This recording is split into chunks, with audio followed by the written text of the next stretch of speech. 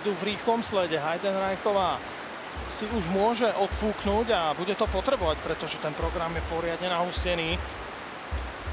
A navyše pretekárky absolvovali aj časovku, podľa ktorej sa rozdeľovali miesta do tejto vyraďovačky. Trošku zaspala na štarte teraz Müllerová, ale Taranцеву úplne vytočilo do pravej strany.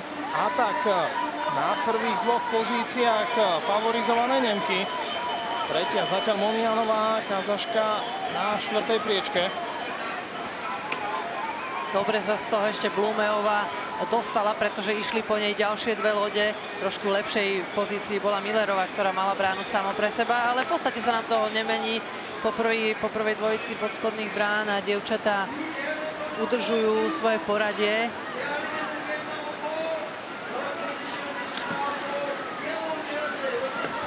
Blumeová aj Müllerová zvládli to eskimáka neúplne ideálne.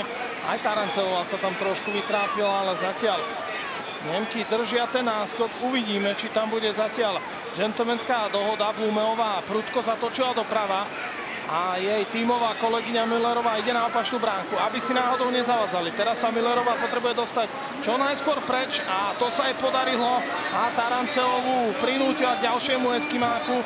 Nuž, nie nadarmo sa hovorí, to neskoro chodí, sám sebe škodí. Taranцевá nestíhala a navyše nezvládla bránku číslo 6, takže tam pri jej mene vidíme Folt, Blumeová a Müllerová idú ďalej.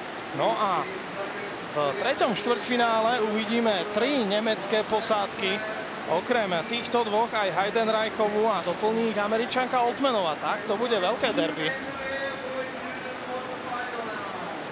V triále dokázali Nemky tým, že postúpili 3 medzi najlepšiu 32 vyraďovaciu, tak to už dokázali tú svoju fyzickú schopnosť. Myslím si, že práve v tom triále ide hlavne o tie fyzické parametre a o schopnosť rýchleho prejazdu tých odspodných brán. Tam sa